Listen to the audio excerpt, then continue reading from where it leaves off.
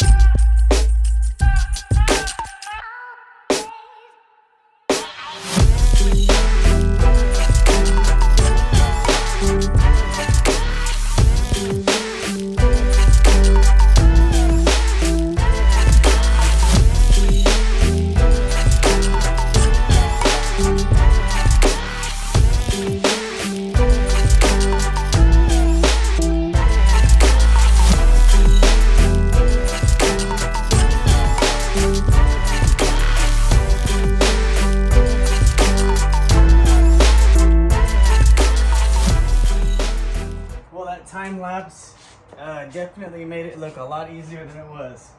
This one kicked my butt, only because I've never done it before. So anytime you do a job the first time, it's always gonna take longer to figure out. But in this case, it's done, and all I need to do is torque the lug nuts down and get this thing out of here. But it's not leaving until tomorrow night. I still have to do the fender trim. I just ran out of daylight, so I need more time on it after work tomorrow.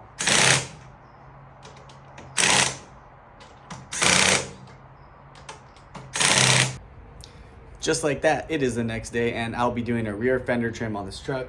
So we're gonna be doing rears only. The front's fiberglass, so it's got all the clearance it needs. But normally I'll do a bigger chop, like a 2-inch chop. But we're only gonna be doing a 1-inch on this, and I'll show you why right now.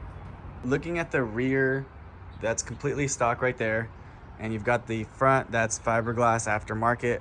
It's already got a fixed flare. You know, it's going to look visually large already. So if I go and I hack off a bunch off the rear flare, it's gonna look like a little strip fender liner in the back compared to the front. So what we're doing here is we're just trying to get clearance for this tire because it's already rubbing up here.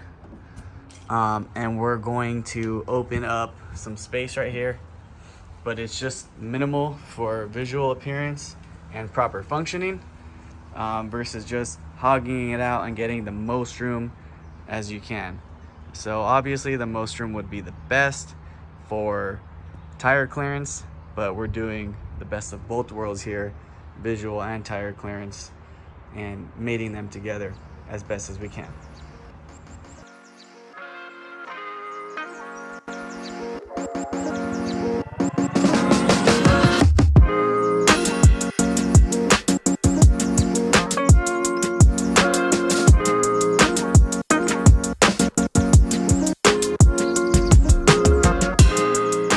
And just like that, we have one fender trimmed, fender, flare, and bedside trimmed up.